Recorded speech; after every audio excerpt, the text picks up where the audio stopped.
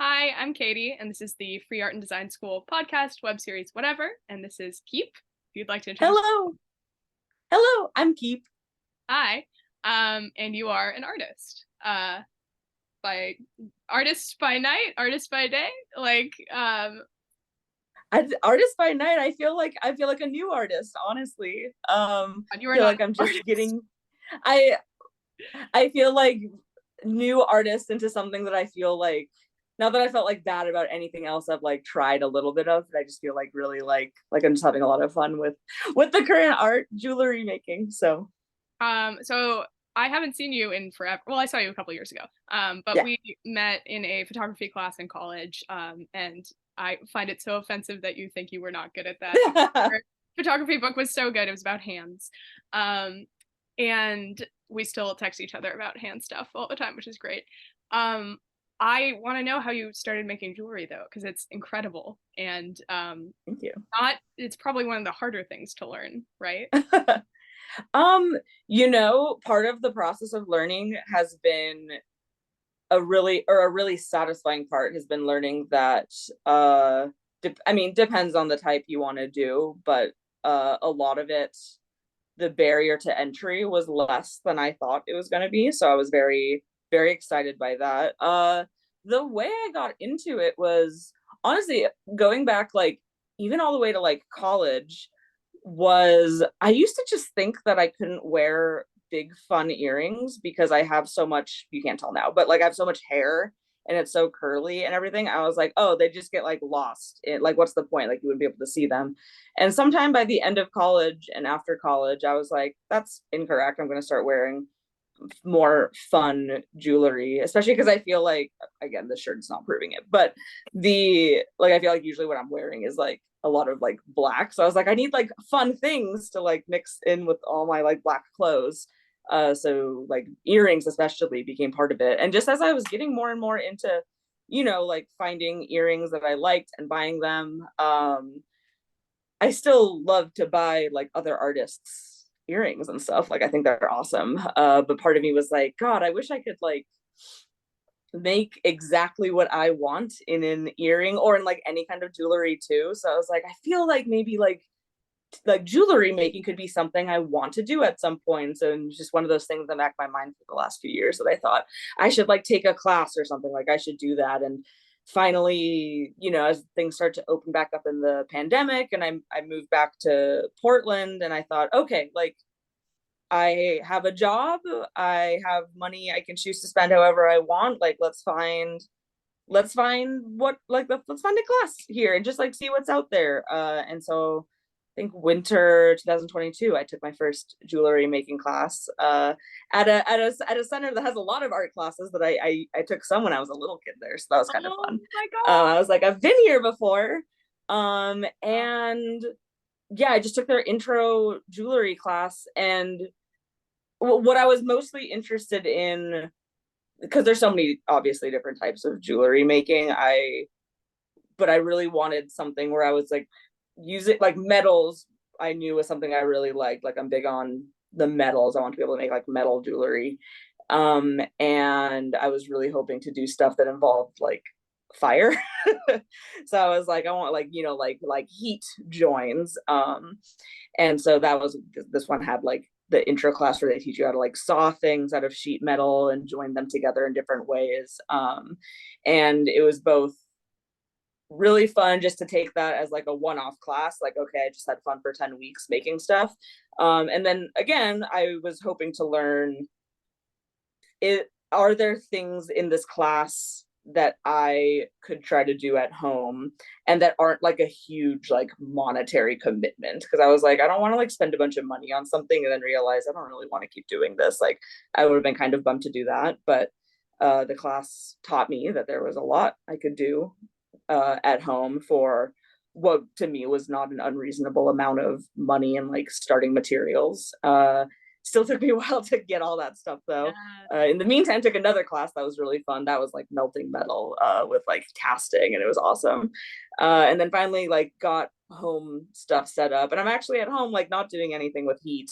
That was like on my list of okay, once I start having fun with like the basic stuff, maybe get like soldering materials. So probably sometime in the next year I'll do that. But learned enough about how to like join, like do like cold joins, that I was like, oh, I think I'll just have enough fun doing this at home. And really, yeah, just in the last few months I've like really, it's cold in the garage in the winter, so it's a lot more fun to do do it right now that it's warm. And I'm just having fun. I'm making earrings that I like wearing, and I'm like, oh, great, this is what I wanted. They're so cool. I've been following all your stuff on Instagram, and it's like fucking life changing. Because I one day want to be able to make jewelry, and it seems like such an impossible thing. So I don't know what a cold joint is. I don't know how any of that works. So it's Yeah, very cool. I genuinely like. I think even at my level, which is pretty beginner, I I even think I could like reasonably teach people how to even just do the like cutting things out of metal. Um I think it, because I also thought like, oh, maybe when I learn how to do these things, it's gonna feel like too many of the steps are like too difficult, too hard to do on my own. And there are certainly things that like I've had to like just like by repetition like get better at, but like the basic concept of them, so many of them ended up being like easier than I thought they were. And yeah, like I have moments where I get where I like do something and I'm like, oh, that actually was really easy now. Yeah. And I'm like, oh, and that was easy. And now I just kind of actually like, it only took doing like that and one other thing. And now I actually have something that I like wearing. So I, I think I don't know, this is just from my perspective, but I highly encourage like looking into like classes like this, because it really wasn't sorry. I will say it, like I like in the classes I took, for example, like the soldering, I only did that like 2 or 3 times. So whenever I eventually get myself the materials, I'm gonna probably just start with a bunch of just like scrap metal practicing it, because I don't think I really remember how to do that well. But the cold joins, once I just got like a little bit more practice with that, which that's just like riveting things together. So Oh. here I'm wearing ones right now. It's not good. This isn't going to show up very well. I'm so sorry, but No, it'll be perfect. It's great. okay. Yes. So This is a fucking good. hag. It's so cool. I love It's a that. hag. It's a hag hen, bird hag. Oh my god. And it's Baba two Yaga like who? it's what? I said Baba Yaga who? Like Oh yeah, 100%. It's like two pieces on top of each other, and you drill holes in the metal, and then you have pieces of wire that are like the exact same diameter as the drill bit you're using, and then you cut the wire just a little bit longer on each side when they're stacked together, and then with the specific hammer you use, you just really lightly tap and it spreads it out like a nail head, and it spreads it out on both sides, and then it's freaking connected. And that was kind of a mind-blowing thing to me in the first class. I was like, oh shit, that worked really well. That was cool. So that was like another thing that when I was wondering like what can I do at home that doesn't feel like potential, not waste of money, but just like a fear of wasting money, I was like, oh, I can like join things together like without heat and just do like that for a long time and just like practice like, oh, getting better at like cutting the shapes out and like all that sort of stuff. So it just felt like, I'm not putting it into words very well, but there were a lot of really nice like logical steps of like beginning stuff was accessible, and then if you continue to like it, there's like the next stuff you can do, the next stuff you can do. um so I thought that was cool. In I mean, like the second class I took, this lost wax casting stuff, that's not going to be something I can do at home like anytime but soon, the if stuff ever, you but made that's was okay. so cool. It was so cool. Like the rings. I assume that's what you were doing in that. Oh, Yeah, oh, so good. yeah, that one. Yeah, that one was just so fun, because again, I was like, I want to like have like the hot metal, and I really wanted to try to do like more like three-dimensional on all sides stuff. So that was a fun thing with the casting one, because it was you're either carving stuff out of hard wax. So that was what all the rings were. That's the thing too. I learned that there are just casting studios you can like send your stuff into, which I haven't done that yet because I want to like figure out how much that actually costs for someone just doing it for fun. But in theory, I could just like make rings because they sell like big tubes of the hard wax that already have the ring hole in them. So you just resize it to the size you want, and then like from there you just start carving. So like that's like kind of, if you got like pretty good at that, that feels crazy easy to just suddenly be like, oh shit, I have a bunch of rings. And then the other stuff we did was with like softer wax where you're more molding stuff. And yeah, it was really fun. It's one of those classes that even I would like take it again just to have access to the materials and like just like know like, oh, like basically within some amount of reason, and the way the class worked was like however much stuff you have made and ready you just get to cast. So it's like Crazy. Just make as much stuff as you want. And it was really cool. That's insane. I think you have very, very strongly inspired me through what you're just saying, and also all of these photos that I've been seeing that are so lovely. I love the step ring, especially. I was like, oh my God. I think that one was my favorite one I made. I think like you're drawing out two thoughts in me. One is that what you said about hand making stuff is such a fucking lost art, and that literally used to be how the world worked. Is like until like 100 years ago, every garment you would have in your life was pretty much handmade for you. Like no matter your socioeconomic status, like you would get your one suit made for you or like handed down. Like there was no fast fashion. There were no like, you have like maybe some of your clothing would be like the beginning stages would be made on a model, but pretty much everything was like custom per person. And I think we've lost all of that given the way that the like modern economy is. And the second thing is like that 100%. comes hand in hand with craft and with like using your hands. And like I would love for you to be like a professional jeweler. I think it'd be like the coolest thing. I think you have to do it. Like there's no other option for you. I'm manifesting it on you right now. But like even people who like you were just doing like hobbies like this, like until COVID, which was a sort of craft renaissance, although I don't know if that's died down since then. Like we lived sort of in an era where like people don't know how to use them. I don't know how to use a sewing machine. I know how to me either. Yeah, and it's crazy because and maybe that's like an ethical thing, like, oh, we would have had to know how to sew 40 years ago because we wouldn't have an option. But I think people like you who go out and are like, I want to learn how to do something with my hands are incredibly inspiring. Do you want to talk more about sort of like your relationship with handmade craft? Like you're very crafty. I feel like you're constantly like solving problems and like you're very interested in that kind of like way your mind works. Like how did you said you were doing like art classes like that as a kid? Has this just kind of been a how you are kind of thing? Yeah, I mean, I genuinely, even though people like you are so nice and you say like, no, you're an artist, like I truly did not feel like that much of an artist for most of my life. I think like the main like I think just like any sort of like art activity I did was at a pretty like intro basic level even as a kid, which isn't to say that's not like important and meaningful. Like that's still a great way to like do art. But I feel like I'm just surrounded by so many people who like, oh my God, like are like really, really good. Like you, like Tien, like my friend Paige, like just like all these people who are like amazing at or like have really like honed in on one or more crafts that I'm just really amazed by.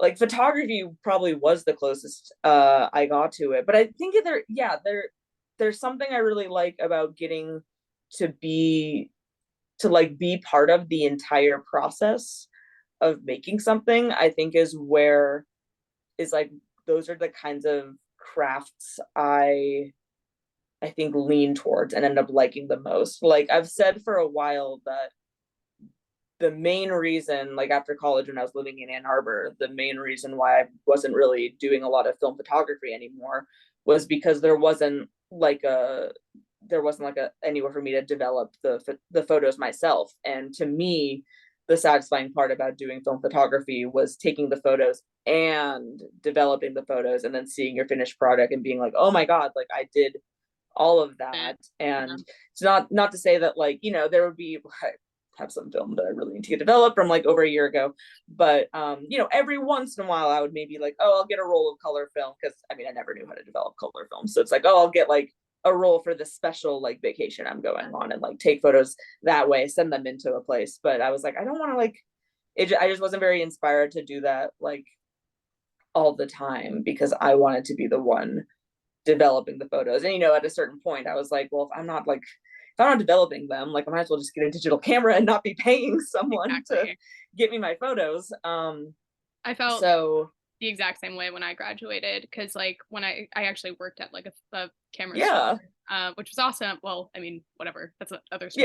yeah But I thought we developed photos on site, and we didn't. And so when I found out that we gave our negatives to a fellow company that developed them, I was like, I didn't know that. yeah, I was like, oh, that's my child. Like, I don't want anyone else. It would be like if I had started a painting and then someone else finished it for me. It felt very disingenuous, and that's just because we were spoiled with the like lovely facilities that we had in college. Yeah, I was gonna say too, also definitely got spoiled with, not only was it like having a like place to develop the film at college, but also even when we weren't in a class, how easy it was to just sneak in. So I was like, oh, it was like free even when I wasn't in the class, like for the rest of college. So that hard to get past that. Oh, there was something else. Oh yeah, but that reminds me, of like, it was so satisfying I have a very clear memory of, it wasn't the photo book class, but when I took just like the intro class, like maybe sophomore year or something, it was before like the final, I also had Lucas for that one, before the final like assignment, where it was just like, give me 15 photos or something. I was taking it in a fall quarter, so we had Thanksgiving break too. So I went to visit my family in Michigan for Thanksgiving. So it just took like, I think I had like 8 rolls of film, which was, I don't know if this was your problem, but there would always be a point in like when I was in that class where I was like, I need to get off campus. I can't keep taking photos of the same thing. So I always like never had like that many rolls of film until then I, had vacation. I was like, okay, I can take a million here. And I remember getting back and immediately going to the lab, because I was like, I need to just grind out like loading all of these up. And I remember like being in the, like little closet or whatever, winding all of the film. And I think taking a break after like halfway through, and just like hands on my knees, like sweating, like, oh my god, I gotta go back in there like a boxer or something, just like, okay, last 4. And just, but like, then once they were all done, I was like, oh my god, they all turned out. I did it. And it's so good. And it does, like, at least like for photography, there's still a little bit of like, even just seeing the negatives, no matter who made them, you're like, oh, like this photo I was really hoping would turn out, like that one looked great, like that's very satisfying. But it's extra satisfying when you get to be part of the whole process. And I feel like that is a big part of what I'm enjoying with the jewelry making too, is just like, I have an idea, it is very specific, and there's just not going to be a way for me to, there's not going to be like a fast fashion version of what I want. And I just want to make it. And it's just really satisfying to see like the final result. Like, and I think that a really satisfying thing too recently, that's been like truly just the last few months, has been me finally making something at home and being just as proud of it as like the stuff I was making in the classes. Because in the classes, I had all this extra time, like the teacher liked, showing us things and helping us with stuff. And I really like what I made in those classes. And then feeling like I made something that I like just as much with like fully on my own was really satisfying. I think these ones were one of the first ones where I was just like, hell yeah, I like How so did did you that get and I the loved it. legs so perfect? Like they're so thin. Like Very slowly. I mess that up all the time. I was actually this afternoon, I was making I wish I had a photo, but I don't. I was making so a lot of these come from a lot of the designs I really like are like, like medieval manuscripts, and like no one in medieval times knew how to draw like most animals. So that's where most of these are coming from, including these. So the ones I was making at home today were it's like they're like cat snails, so it's just a cat head coming out of a snail shell. um and the when I drew them originally, they had these like antennas coming out too, and I cut uh it out, and then I was just looking at the antennas, and I was like, those are too thin. Like they're not gonna. So I just cut them off. I was like, that's just not gonna happen. So might try again with like thicker antennas, but I was just like, oh, not gonna happen. That's okay though. yeah. So And I don't always get it. that's like one of the best parts of the process though, is like realizing, oh, I did something wrong or I did something the incorrect way. And sometimes it like completely works and you're like, oh fuck, like that was an accident. Like I've had Yeah. parts of animated films where someone was like, oh, I really liked that like smear frame you did. And I was like, that was an accident. Yeah. That's part of the whole thing. Yep. Versus like, you're step by step trying to figure out what works. And sometimes things don't work and that's okay. And it's like, I feel like jewelry making for you, because it's a hobby and not like you're going to die Yeah. if like you can't sell something, like really takes the pressure off in certain ways. Like not you're very hardworking, so obviously you're not like your own thing, but like you get to experiment in a way where you're like more kind to yourself when something doesn't work, Yeah. which is nice. Like I don't know. Yeah, and actually for all of those reasons, I mean, I don't want to say never, because like anything could change at any point, but I have a really hard time seeing myself with like any sort of hobby I have, like actually making it like my I think I guess I could see something being like, if I truly was like, this is what I love, I could see it being like way down the road, like, okay, I'll like actually spend full time doing this. But I can't see any of my hobbies ever being like side hustles. And no shade to people who can have side hustles. That's awesome. I just I can't do it. Like Yeah. I would just immediately like the joy I have in making it is basically because it's like I'm going at my own pace. I find it very relaxing. Like sometimes I have, a shitty day at work and I'm like, I'm just gonna go put in like a podcast or a TV show, go sit in the garage and just saw away at some stuff. And it feels really nice. And like, yeah, truly, like even at this point, um, I think the other thing I love is I love giving things to people in general. So I really love, as I've been making more and more things, like I tell people all the time, I'm like, I'm making myself stuff, but I can't keep everything I make. I just want to be giving things to people. And I just very, very truly mean that it brings me a lot of joy to give things to people and to feel like I'm making things that I feel like are worth giving to people. I just had two friends in town this past weekend, and one of them especially over the years has, even like before I was making jewelry, she's just always had like nice things to say about the earrings I was like wearing from other people, or just like as I started making them, she was like always giving me so many compliments, and I was like, oh, I really want to make Maya a pair of earrings, and I feel like I'm at a stage where I can make a pair of earrings that I'm proud to give to someone. And then also, the other friend coming, I went, she's gonna get a pair of earrings too. So I made them. Maya has a cat, so I made her some weird cat earrings, Oh and my another friend has a god. dog, and she got this like dog fish from, again, some weird medieval Oh my god. I drawing, and read it was posh. I was just so excited to give it to them. So I like again, like I'm and I don't want to say this to be like some sort of like weird humble brag, but like people in the last few weeks, they're like, oh my god, these are really good, like you can sell them, and I like genuinely take that as a compliment, but really means a lot to me. But I also very much mean it when I'm like, I just want to give people things, like I don't care, like I'm not doing this to try to like make extra money or anything. I'm like yeah, like I'm like, there's no like money being like gained, or like I'm not like doing this thinking like I'll make some of this back, like after I like spend money on materials. I'm like, no, no, no. This is just me being 20 whatever with a job and like no children, and I don't have to spend my money on those things. Yeah. I So I think that's really interesting because like when I first saw your stuff, I literally messaged you. I was like, "Oh, can I buy these?"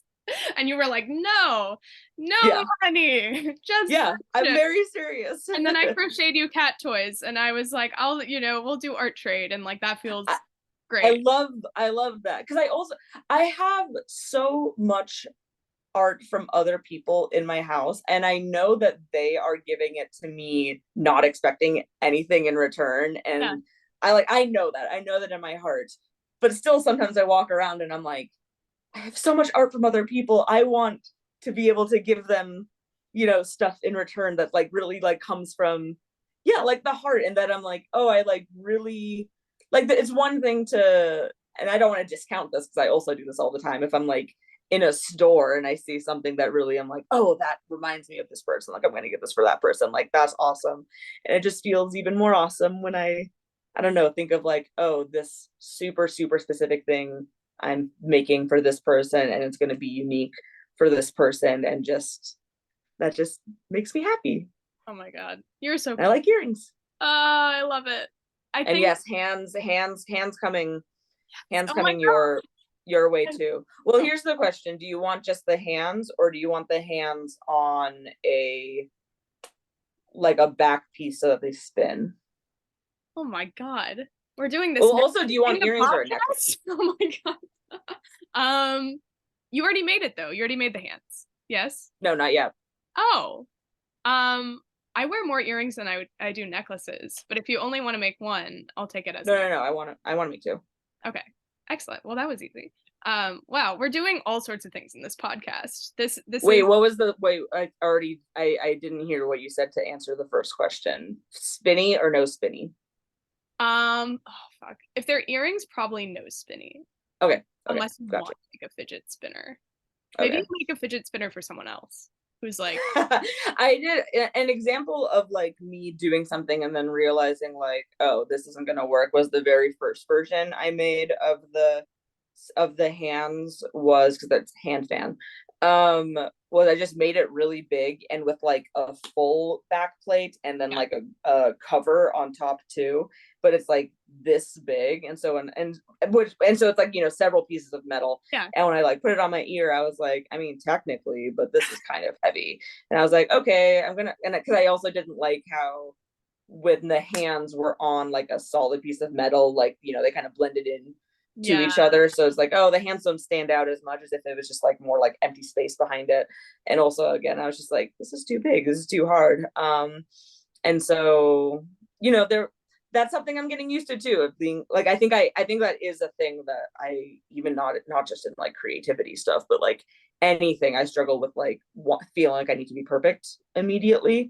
So I think this doing stuff like jewelry is good for me because it is a mix of like, okay, like I'm excited that it confirmed that this is something I really like doing, but just because you like doing it and I have success with it in some ways, like I'm still gonna mess up all the time in other ways. So I was like, I thought, I had a couple of those where I was just like, oh, this one didn't work. And now I feel like I wasted my evening. But then I was like, no, that's okay. You're learning from it. And yeah, and basically now I have like a fidget spinner in my room that I'm just like See, not a spinning waste. my big So hands cool. around. Oh my God, I love that.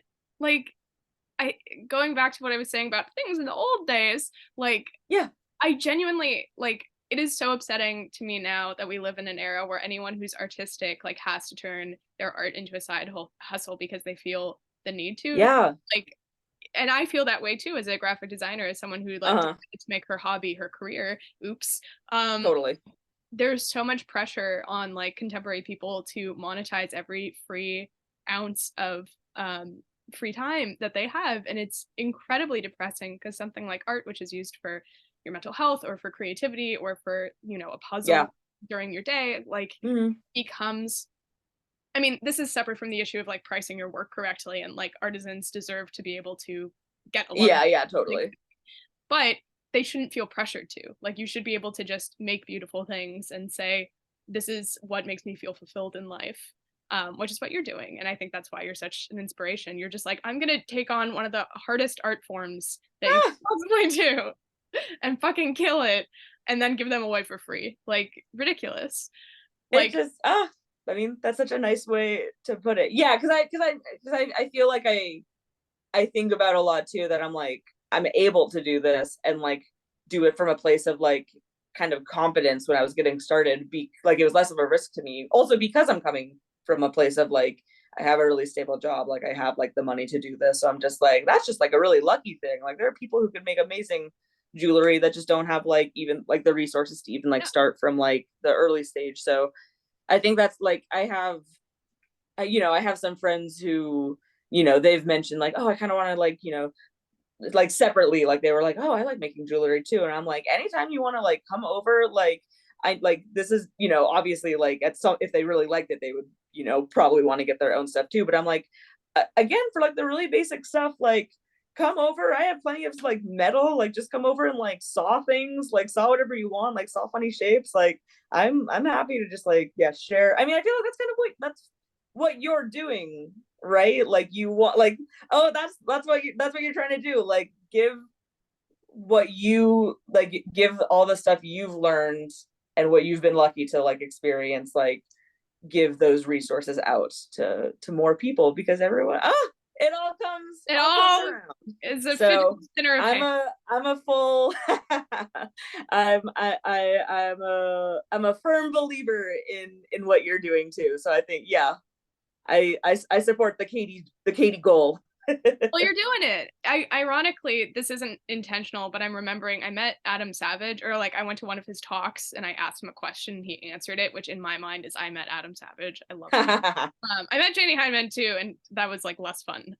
No offense to him, but he was not as nice as Adam was to me. And Adam was giving this talk on like his sort of like views on life and this book that came out like several years ago. And I asked something like, "What do you do when you want to like help people, but you personally don't have any resources?" I just graduated from college. I was like, Oh, suffering like yeah, very quickly, mental health totally. problems, etc. And he was like, "Oh, well, you can always teach people. Like, you always know more than someone else, like who's younger, whatever, has less experience, and you can always just like give Oh, your that's so time." nice. And I was like, "Oh, I like that." And now I Yeah, like, I don't know. It's so nice to like build community or build these connections. I think you giving jewelry to people is like a much larger scale version of like someone baking a pie for their friends. Like, sure, yeah. something with your hands, like that's a labor of love that like takes time, and then that's like a gift that you give to someone else, and that's like the essence of being human. Nothing is monetized. Yeah. You just get to enjoy making something. Um, and I think you like doing that and like offering to like help people make jewelry is kind of like the whole point. And we've just sort of lost that, and now we just need to like remember how to do that as a society. Yeah, no, 100%, because everyone deserves beautiful things, what like, and no matter what kind of things are beautiful to you. So like, if the things I make aren't someone's taste, that's okay, but it brings me joy that they could be something that someone likes, and if there's something someone likes, I want them to experience it. the the other side of all of this too, which is the less wholesome side, is when I'm like, sometimes over the years, walking around places and looking at jewelry and just going, this shit's ugly. I don't want this. I want something else. So no offense, everyone, but everyone has their own taste. So Yeah, I like read this book, and there was a passage where the woman was like, every time I go into a museum, in each gallery room, I find the thing I love the most and the thing I love the least. And I look at the thing I Ooh, love the least longer so that I try to understand it better. And that has oh stuck with me because I'm very critical of things. yeah. Oh, that's cool. I do like, oh my God, excuse me. I do like that. So we're actually like down to the wire. I was Okay. wondering if you could give some quick advice to someone like me who like really wants to get into jewelry or any other like artistic hobby but feels intimidated. What would you say to me slash them? Oh my God, what would I say to you slash them? I think, I think if you, I know this isn't accessible to everyone, but if you have the resources to try to like find a class in like any sort of artistic thing that you're interested in. I just think it's really fun because I really like you can go into those, or the way I go into classes like that is thinking like whether or not I like want to do this longer after this class, like that, like this class is worth it just for the enjoyment I get out of the class. So I think that is just like, I think that is just like such a fun place to start. It gets you like hope, you know, depending on the craft, like out of the house, just like finding you a kind of like just trying something new. And if you feel like overwhelmed with where to start, I just think like, again, I know it's not always accessible, but like if you can, like the classes are just so fun. I'll also say though, I like over time, like just like also try to like follow just as many like jewelers that I think are cool on social media and Instagram. And there are a lot that I follow at this point who are just like, I'm fully self-taught. I was just looking things up on like Google and YouTube. And so for jewelry specifically, I know there's a lot of stuff online too. And there's just so many different types. Like I guess I just also encourage like looking for whether or not they're making the like specific things you like finding like, oh, what kind of like mediums do I think I like? Like, do I like wire wrapping? Do I think I like, you know, stuff out of metal or like stones? Like that's something I've never done that frankly I'm not super interested in, but a bunch of people are. I'm not that interested in like making like stone settings.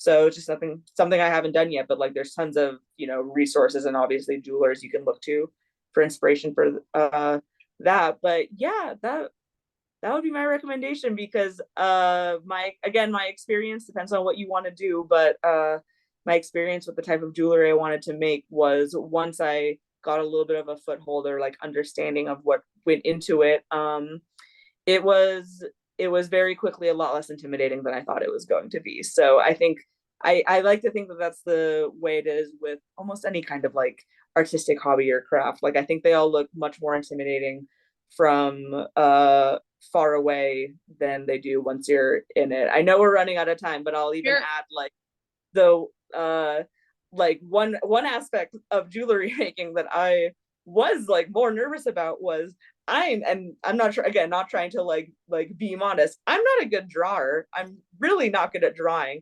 So I got myself like finally this winter an iPad